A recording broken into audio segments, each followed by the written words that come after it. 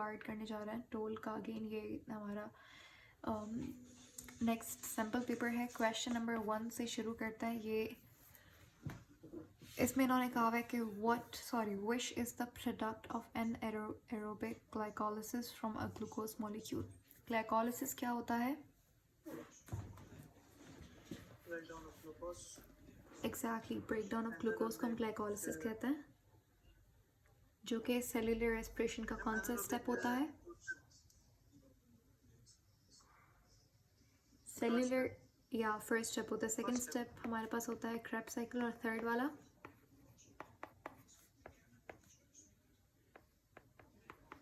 Electron transport chain. ये 3 steps होते हैं सेल्यूलर रेस्पिरेशन के। अब सेल्यूलर रेस्पिरेशन जो है वो एरोबिक भी हो सकती है और एनएरोबिक भी हो सकती है। एरोबिक का मतलब ये है कि ग्लूकोज टूटेगा in the presence of oxygen. Anaerobic का मतलब ये है कि ग्लूकोज का ब्रेकडाउन जो होगा वो एब्सेंस ऑफ ऑक्सीजन में होगा। एनएरोबिक रेस्पिरेशन के अंदर हमारे पास ऑक्सीजन नहीं होती, एरोबिक के अंदर होती है। अब यहाँ पे आपको एक चीज़ जानना इम्पॉर्टेंट है कि एरोबिक रेस्पिरेशन और एनएरोबिक रेस्पिरेशन दोनों के अंदर जो ग्लाइकोलिसिस होता है वो सेम होता है। क्या होता है? बिल्कुल सेम होता है। जैसा एरोबिक में होगा वैसा एनारोबिक में होगा। हाँ, जो उसका क्रेब्स साइकिल होता है और इलेक्ट्रॉन ट्रांसपोर्ट चेन, ये एनारोबिक के अंदर नहीं होते। एनारोबिक के अंदर ग्लाइकोलिसिस के बाद दूसरे स्टेप्स होते हैं। ये बात समझ आ गई?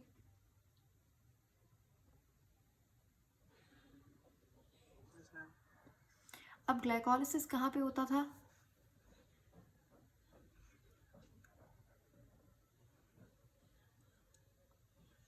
Glycolysis is the cytoplasm. Exactly, good. Cytoplasm में ग्लाइकोलिसिस होता था, क्रेब्स साइकिल माइटोकॉन्ड्रिया के मैट्रिक्स में होता था, और इलेक्ट्रॉन ट्रांसपोर्ट चेन कहाँ पे होती थी?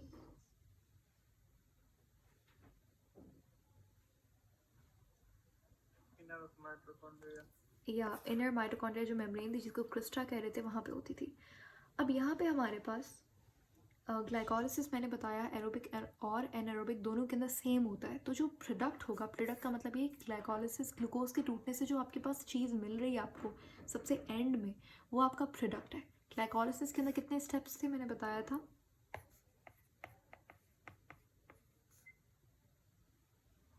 10 स्टेप प्रोसेस होता है, ठीक है। तो ये हमारे पास मैंने यहाँ पे पिक्चर अटैच कर दिया है ग्लाइकोलिसिस, ग्लूकोज का ब्रेकडाउन कैसे होता है। तो यहाँ पे ये ग्लूकोज है। ग्लूकोज पहले जो है, ये सारे यहाँ पे स्टेप्स मेंशन है, ये अभी हम नहीं पढ़ेंगे, लेकिन जस्ट आपको मैं ऐसी इन्फॉर्मेशन के लिए दिखा देती हूँ कि हमारे पास इस तरीके से क्या होता है, ग्लूकोज का ब्रेकडाउन हो रहा है। ग्लूकोज पहले इसके साथ फॉस्फेट अटैच हो जाता है, तो ये ग्लूकोज फॉस्फेट बन जाता है।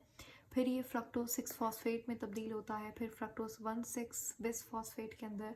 फिर यहाँ पे शुगर बनती है ट्रायोज, ठीक है, फॉस्फोग्लिसरॉल्डिहाइड बनती है। फिर ये 1,3 बिस फॉस्फोग्लिसरेट के अंदर तब्दील होता है, 3 phosphoglycerate, 2 phosphoglycerate and phosphoenol pyruvate. और फिर एंड प्रोडक्ट जो बन रहा है वो क्या है? पायरोवेट। क्या है?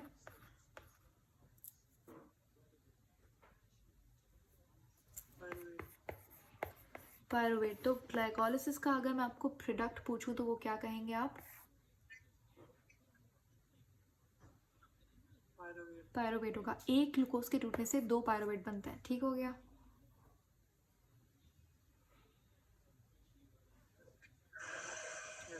तो यहाँ पर सही जवाब क्या होगा?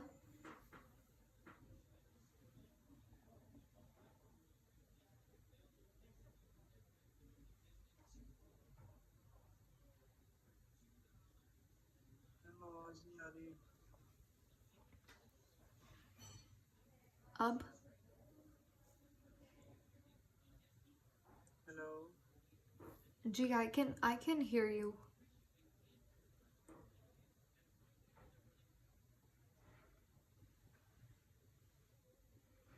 Can you hear me?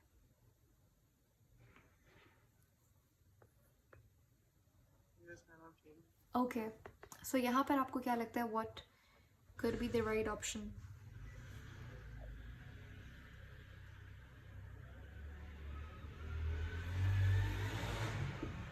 Two molecules Pyruvic acid. हाँ जी, क्योंकि पायरोवेट का दूसरा नाम होता है पायरोविक एसिड। जहाँ पे भी एट आ रहा है उसको आप एक एसिड बोल सकते हैं, जैसे ग्लिसरेट को ग्लिसरिक एसिड बोल सकते हैं, पायरोवेट को पायरोविक एसिड बोल सकते हैं, ठीक है।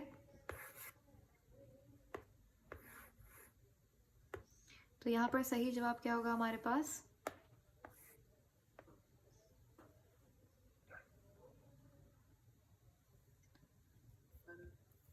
Pyruvic acid. हाँ जी, क्वेश्चन नंबर 2 है हमारे पास, द एंट्री ऑफ वायरस। कभी भी अगर एक सेल के अंदर एक वायरस चला जाता है तो इसको हम क्या कहेंगे, ठीक है। यहाँ पे इस पिक्चर के अंदर आप देख सकते हैं, ये जो है ये वायरस है, ठीक है। यहाँ पे इन्होंने लिखा हुआ है वायरियन। वायरियन कहते हैं मेच्योर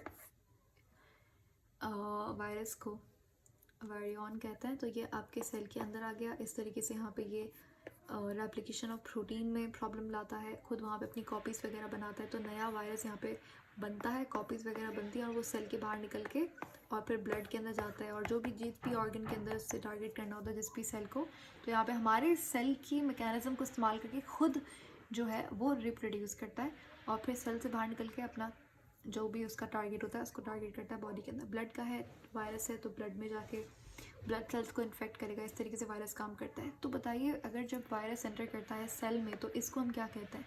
वायरेमिया, इन्फ्लेमेशन। इन्फ्लेमेशन कहते हैं सूजन को, इन्फेस्टेशन, फ्लोगोसिस और phlogosis, I don't know what the right pronunciation of this, या फिर इन्फेक्शन। Anemia. Sorry, Anemia.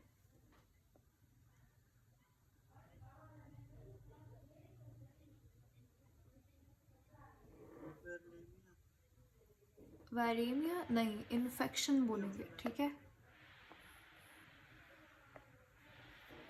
ठीक है, हम कहते हैं ना इन्फेक्शन हो गया, तो इन्फेक्शन वायरस से होता है, सही है। इन्फेक्शन का जो वर्ड है वो वायरस के लिए इस्तेमाल किया जाता है, क्लियर हो गया।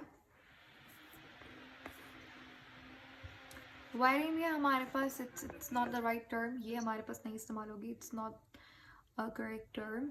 इन्फेक्शन हम लोग यूज़ करते हैं जब वायरस की बात हो रही होती है।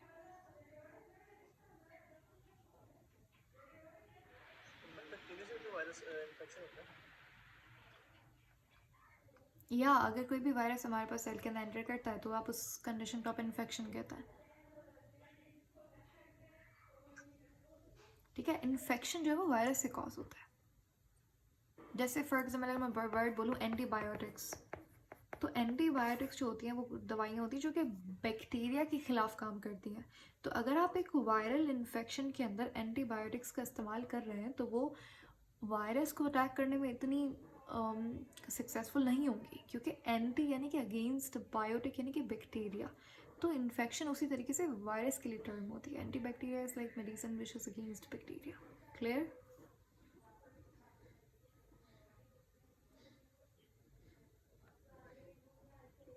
Done.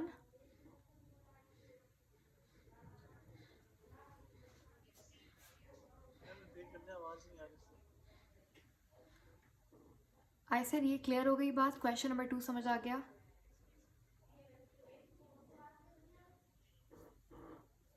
No ma'am. Question number 2 में क्या चीज़ समझ नहीं आई? मैम आवाज़ ही नहीं आ रही थी. ओके,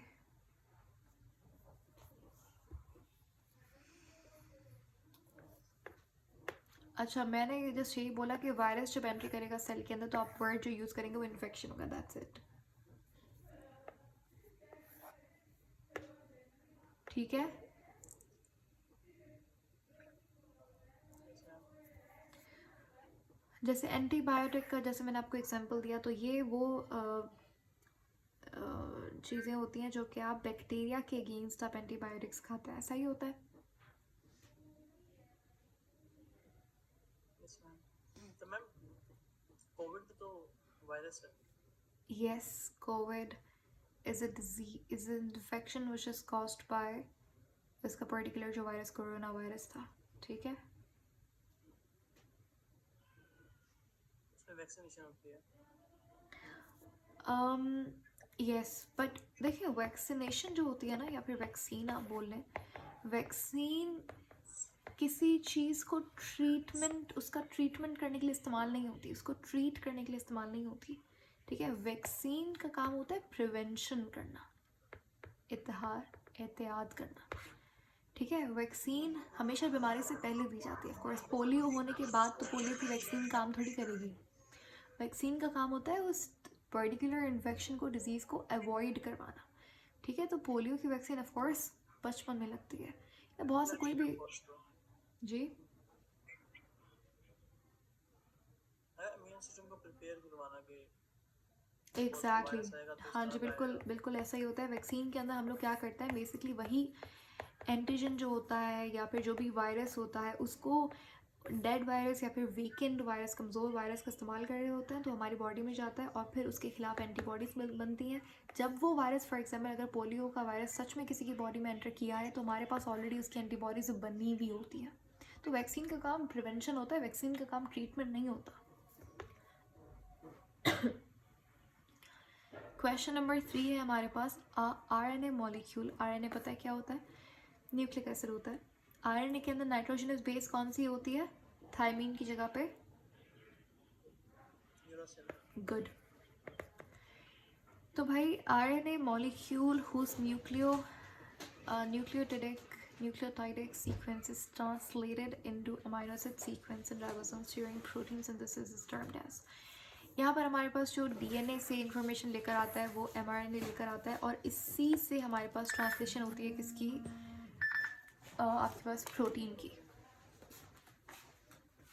ठीक है,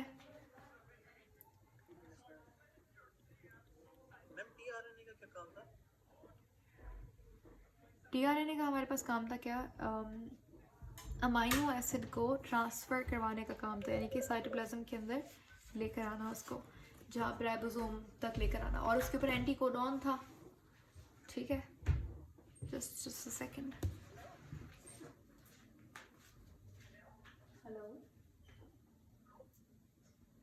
हेलो, जी जी,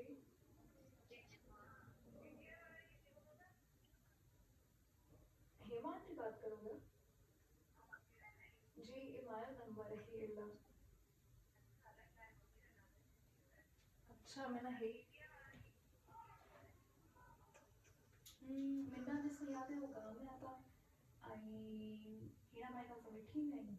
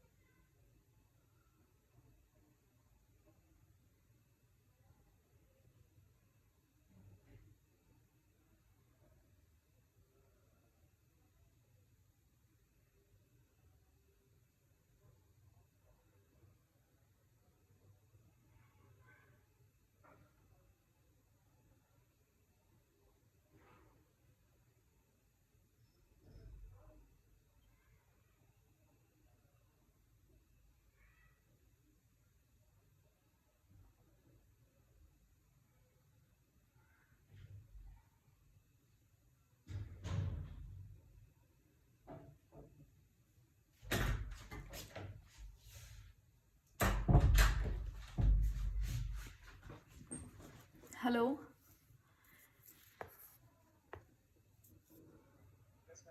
okay, sorry. So let's continue. हम लोग क्या बात कर रहे थे? टीआरएनए का आपने फंक्शन पूछा था. टीआरएनए होता है ट्रांसफर आरएनए. ठीक है, इसका काम होता है अमाइनो एसिड यानी कि साइटोप्लाज्म से अमाइनो एसिड्स को ला कर देना किसको? राइबोसोम के पास, ताकि एमआरएनए जो है उसके ऊपर जो कोडॉन है वो ट्रांसलेट होता जाए और वो अमाइनो एसिड ट्रांसफ़र करता है टीआरएनए. और टीआरएनए के ऊपर क्या होता है? एंटी कोडॉन होता है. तो यहाँ पर हमारे पास जो ट्रांसलेट करने का काम होता है वो किसका होता है? डीएनए की जो इन्फॉर्मेशन होती है उसको प्रोटीन की सूरत में ट्रांसलेट करने का काम किसका होता है?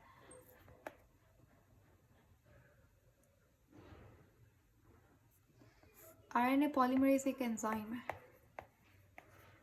डीएनए की सूरत में एमआरएनए का. एमआरएनए का काम होता है एग्जैक्टली.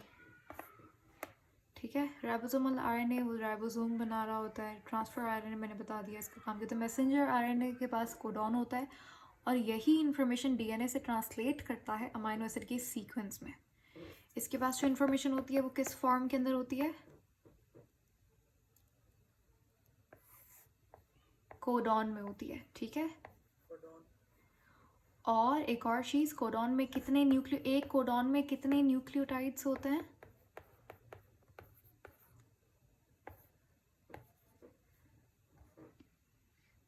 3 न्यूक्लियोटाइड्स होता है.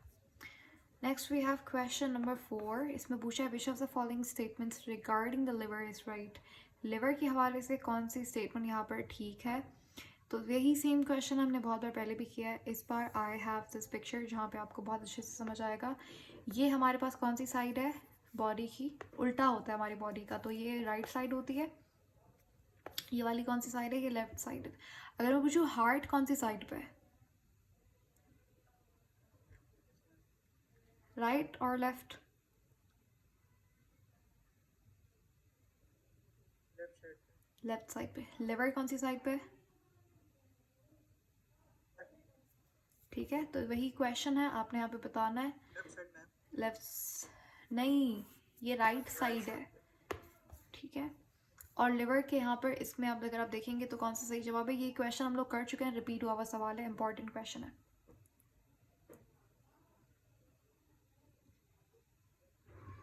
राइट साइड पे में. लेफ्ट साइड पे गलत हो गया. अंडर द स्मॉल इंटेस्टाइन गलत हो गया. कनेक्टेड विथ लार्ज इंटेस्टाइन गलत है. प्रोड्यूसेस बाइल डायरेक्टम में डिस्चार्ज करता है, नहीं. गॉल ब्लैडर में डिस्चार्ज करता है. ऑप्शन सी से राइट ऑप्शन बताया था मैंने ये. ठीक है, कितने लोब्स होते हैं लिवर के? 4. by which discharge and it connects with the large it is subdivided the lobes. ठीक है, कितने लोब्स होते हैं?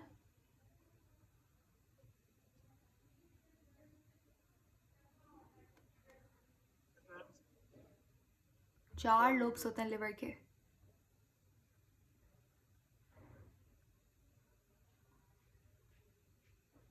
क्वेश्चन नंबर 5 में पूछ रहा है the most important protein functions. Protein का हमारी बॉडी में सबसे ज़्यादा इंपॉर्टेंट फंक्शन कौन सा होता है? देखिए, हमारी बॉडी के अंदर एंजाइम के अलावा, एंजाइम के बिना कोई भी फंक्शन नहीं हो सकता.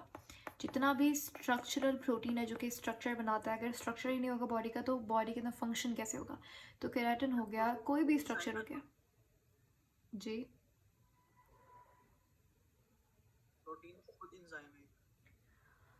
प्रोटीन खुद एंजाइम नहीं होता. एंजाइम एक स्ट्रक्चर है जिसका काम होता है रिएक्शन की स्पीड को इंक्रीज करना बिना उस रिएक्शन में पार्टिसिपेट किए. ये एंजाइम की डेफिनेशन होती है. एंजाइम एक मॉलिक्यूल है जिसका काम एक पर्टिकुलर फंक्शन होता है. तो एंजाइम बना हुआ किससे होता है? प्रोटीन से बना हुआ होता है. इसी तरीके से हार्मोन प्रोटीन से बना हुआ है. तो आपने बताना है सबसे ज़्यादा इंपॉर्टेंट प्रोटीन कौन सा होता है. ये ऑप्शन है आपके पास ABCDE.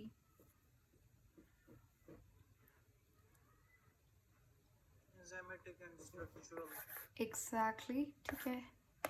तो ये सबसे ज़्यादा इंपॉर्टेंट हमारे पास फंक्शन होता है प्रोटीन का. एंजाइम बनाना, स्ट्रक्चरल बॉडी के प्रोटीन बना के फिर वो स्ट्रक्चर्स बनाना। एंड देन हार्मोन्स का भी बड़ा इंपॉर्टेंट काम होता है। हार्मोन हमारे पास 90% हार्मोन्स जो है तकरीबन प्रोटीन से बने हुए होते हैं, ठीक है। क्वेश्चन नंबर 6 है हमारे पास, the cell wall is present. मैंने बताया था सेल वॉल किस किस के अंदर प्रेजेंट होती है। प्लांट्स में इन ऑप्शंस में कौन सा सही जवाब है? E option. गुड। प्लांट की सेल वॉल किससे बनी हुई होती है? काइटिन। प्लांट की सेल वॉल सेल्यूलोज से बनी हुई होती है। सेल्यूलोज एंड पेक्टिन से। फंगस की काइटिन। काइटिन से। प्रोकैरियोटिक के अंदर किसकी बनी हुई होती है? Murein. Murein, which is also called as peptidoglycan, ठीक है। अच्छा, ये तीनों ही कार्बोहाइड्रेट्स है। सेल्यूलोज भी कार्बोहाइड्रेट है, काइटिन भी कार्बोहाइड्रेट है, और म्यूरिन या फिर पेप्टाइडोग्लाइकन भी कार्बोहाइड्रेट है। कार्बोहाइड्रेट में कौन सा? मोनोसेक्राइड, ऑलिगोसेक्राइड या फिर पॉलीसेक्राइड? पॉलीसेक्राइड होता है, तीनों मैम। ठीक है, हाँ जी। उसके बाद हमारे पास है क्वेश्चन नंबर 7, पेरोक्सिसोम्स हमने पढ़े थे। ये प्लांट एनिमल दोनों के अंदर ऑर्गेनल्स पाए जाते हैं। इनका काम क्या होता है आपने बताना है यहाँ पे।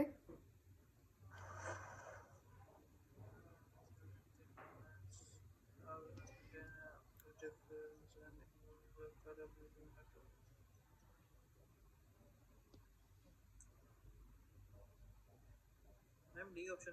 देखते हैं। वेसिकल्स कंटेनिंग पिगमेंट, ये तो नहीं होगा क्योंकि यहाँ पे किसकी बात हो रही है? क्लोरोफिल की। क्लोरोप्लास्ट की। क्लोरोफिल उसके अंदर पिगमेंट होता है। Organelles containing oxidative enzymes involve in the catabolism of hydrogen peroxide, ये बिल्कुल सही जवाब है।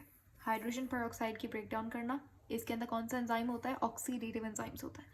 एक होता है हाइड्रोलिटिक एंजाइम्स। हाइड्रोलिटिक एंजाइम का मतलब ये कि तोड़, मतलब एंजाइम का काम क्या होता है? ब्रेक डाउन करवाना। हाइड्रोलिटिक एंजाइम्स का काम होता है ब्रेक डाउन करवाना। हाइड्रो यानी कि पानी की मौजूदगी में ब्रेक डाउन करवाना, ठीक है। एक होता है ऑक्सीडेटिव एंजाइम। ऑक्सीडेटिव यानी कि ऑक्सीडेशन करके ब्रेक डाउन करवाना किसी चीज़ का, वो ऑक्सीडेटिव एंजाइम हो गया। तो पेरोक्सिसोम के अंदर ऑक्सीडेटिव एंजाइम्स होता है जो कि कैटाबॉलिज्म करते हैं किसका? Hydrogen peroxide, H2O2। याद है 3 तरीके के एंजाइम्स पढ़े थे हमने, पेरोक्सीडेज, कैटालेज और ग्लाइकोलिक एसिड ऑक्सीडेज था। Yes ma'am. और हाइड्रोलिटिक एंजाइम्स जो कि सेलुलर डाइजेशन करवाते हैं किसके अंदर होता है? Lysosome. Good. Organelle containing chlorophyll, ये क्लोरोप्लास्ट की बात हो रही है। पावर हाउस किसे कहते हैं? माइटोकॉन्ड्रिया। ठीक है। क्वेश्चन नंबर 8 है हमारे पास, a molecule is defined as hydrophobic. Hydrophobic किसे कहते हैं? Insoluble in water. एग्जैक्टली, ठीक है, आसान सा क्वेश्चन है। सॉल्युबल इन वाटर हाइड्रोफिलिक होगा। It is polar. Polar soluble होगा, इनसॉल्युबल होगा? इनसॉल्युबल। पोलर, वाटर खुद पोलर है तो पोलर इसके अंदर क्या होगा? सॉल्युबल। सॉल्युबल होगा। नॉन पोलर क्या होगा? Non soluble. ठीक है, इनसॉल्युबल होगा। क्वेश्चन नंबर 9 है हमारे पास, the replication of nuclear DNA. Replication कहते हैं कि एक मेरे पास एक ये एक क्रोमैटिड है, ठीक है, इसकी एक और कॉपी बन जाना, ये हमारे पास क्या है? ये रेप्लिकेशन ऑफ डीएनए है। या फिर इस तरीके से समझते हैं, ये हमारे पास क्या है? क्रोमोसोम है। और मेरे पास यहाँ पे 46 क्रोमोसोम्स हैं। ये भी एक क्रोमोसोम ही है ना, लेकिन ये एक क्रोमैटिड है। अगर यहाँ पे इस तरीके से इसकी कॉपी बन जाए, एग्जैक्ट एक और स्ट्रैंड आ जाए यहाँ पे, तो ये मेरे पास क्या बन गया? ये एक ही क्रोमोसोम है, लेकिन क्रोमैटिड कितनी है इसमें? दो। तो जो जब हमारे पास माइटोसिस या फिर मियोसिस होता है तो उससे पहले क्या होती है? रेप्लिकेशन होती है डीएनए की। ऑफ कोर्स मेरे पास 46 हैं तो एक के अंदर 23 तो नहीं पहुँचाने। माइटोसिस में क्या होता है? पहले 92 बनते हैं, फिर एक के पास 46 जाते हैं, ऐसा ही होता है।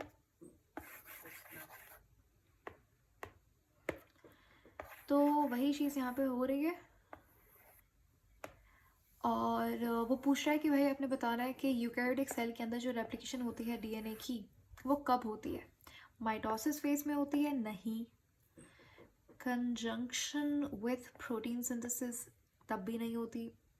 मैंने बताया था ये आपको, ये आपकी इंटरफेस में होती है। इंटरफेस में भी 3 स्टेप्स थे, कौन कौन से? G1 फेज, S फेज और G2 phase. G2 फेस जो हमारे पास ये कहलाता है क्या, इंटरफेस। इंटरफेस के बाद माइटोसिस होता है या फिर मियोसिस होता है, ठीक है। तो अब जो अगर मैं आपसे पूछूं, चले हमारे पास यहाँ पर सही जवाब क्या कौन सा होगा, यहाँ पर सही जवाब तो ड्यूरिंग इंटरफेस होगा। लेकिन अगर सवाल ये है कि अगर इंटरफेस में आपसे पूछे कि रेप्लिकेशन कहाँ पर हो रही है, G1 S या फिर G2 G2 में. S में होती है, ठीक है। G2 में न्यूक्लियस होता है. न्यूक्लियस होता है, बिल्कुल होता है। न्यूक्लियस आपका जो डिसअपियर होता है वो होता है माइटोसिस के फर्स्ट स्टेप प्रोफेज के अंदर। क्वेश्चन नंबर 10 है the heart of mammals. Mammal के हार्ट के अंदर कितने चेम्बर्स होते हैं? 4 chambers. 4। और इस तरीके से हमारे पास ये 2 एट्रियम होते हैं और 2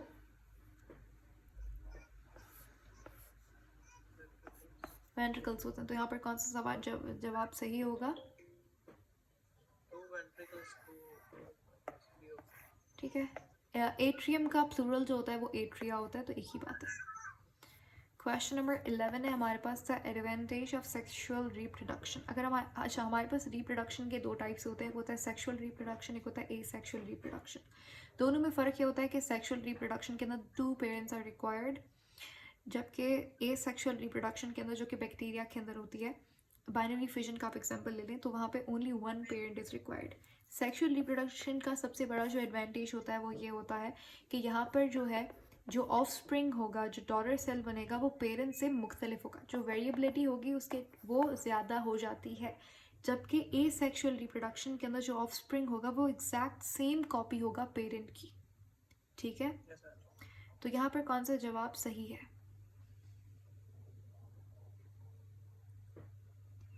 Less than that, asexual reproduction. दूसरे ऑप्शंस देखें और then think about it and Sexual reproduction. Intellectual fracture, it's just not about the diffusion of part of the. And C option. Good, ठीक है। जेनेटिक जो variability होती है वो बहुत ज़्यादा होती है सेक्सुअल रिप्रोडक्शन में, जबकि एसेक्सुअल के अंदर एग्जैक्ट सेम कॉपी होगी पेरेंट सेल की। जैसे फॉर एग्जांपल याद रखना है आपने, माइटोसिस जो होता है वो क्या है, वो एसेक्सुअल रिप्रोडक्शन है, ठीक है। अगर आप बात करें ह्यूमन की, तो ह्यूमन के अंदर माइटोसिस होता है, तो हमारे ह्यूमन के अंदर हमारे अंदर एसेक्सुअल रिप्रोडक्शन बिल्कुल होती है। जैसे फॉर एग्जांपल आपको कहीं कट लग जाए, जो स्किन सेल माइटोसिस करेगा तो दोबारा से वही एग्जैक्ट सेम स्किन सेल्स बनेंगे उस जगह पे, तो ये सेक्सुअल रिप्रोडक्शन हो रही है, सही है। लेकिन उसको आप रिप्रोडक्शन नहीं कहेंगे, वो है तो asexual but it's not exactly reproduction. Reproduction के अंदर एक पूरा एक नया ऑर्गेनिज्म जो है वो बन रहा होता है, लेकिन माइटोसिस का होना वो एसेक्सुअल के अंदर काउंट होता है, ठीक है। Yes, sir. क्वेश्चन नंबर 12 है हमारे पास, what is the function of pulmonary alveoli. मैंने बताया था पल्मोनरी वर्ड किसके लिए इस्तेमाल होता है, Gas exchange. लंग्स के लिए। तो एल्विलाई का काम क्या होता है, what is word option? Respiratory exchange. Good, ठीक है। टू अलाउ एनारोबिक ग्लाइकोलिसिस, नहीं। एनारोबिक ग्लाइकोलिसिस मैंने बता दिया साइटोप्लाज्म में होता है। कूल एयर, नहीं।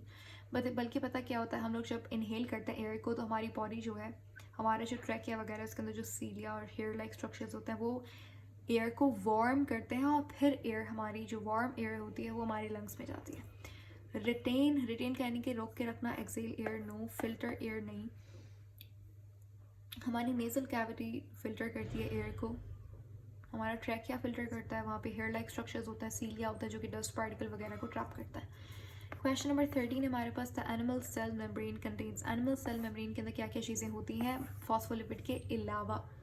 तो यहाँ पे मैं आपको हिंट दे दूँ कि ये चीज़ हमारे पास एनिमल के अंदर होती है लेकिन प्लांट में नहीं होती।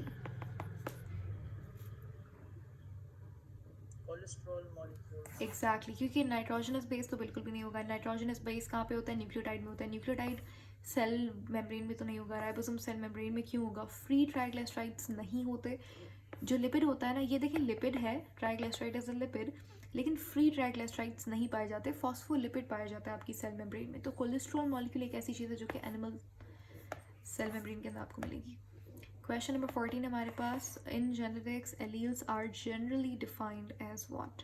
एलील्स मैंने बताया था क्या होते हैं, ऑल्टरनेटिव फॉर्म्स होते हैं जीन की। फॉर एग्जांपल मेरे पास अगर जीन हम बात करें हाइट का एक जीन है, तो इसके जो एलील्स होंगे लाइक टॉल कैपिटल टी से और डॉर्फ स्मॉल टी से, जब जिसे आप डिनोट करते हैं, तो ये हमारे पास क्या है, ये एलील्स हैं इनकी। देखिए ये सिर्फ मैंने 2 एग्जांपल्स दिए हैं, 2 से ज़्यादा भी बहुत सारे एलील्स होते हैं। have different gene from homologous chromosome. Same chromosome से different gene. ये वाला option, option B. Yes ma'am. हाँ,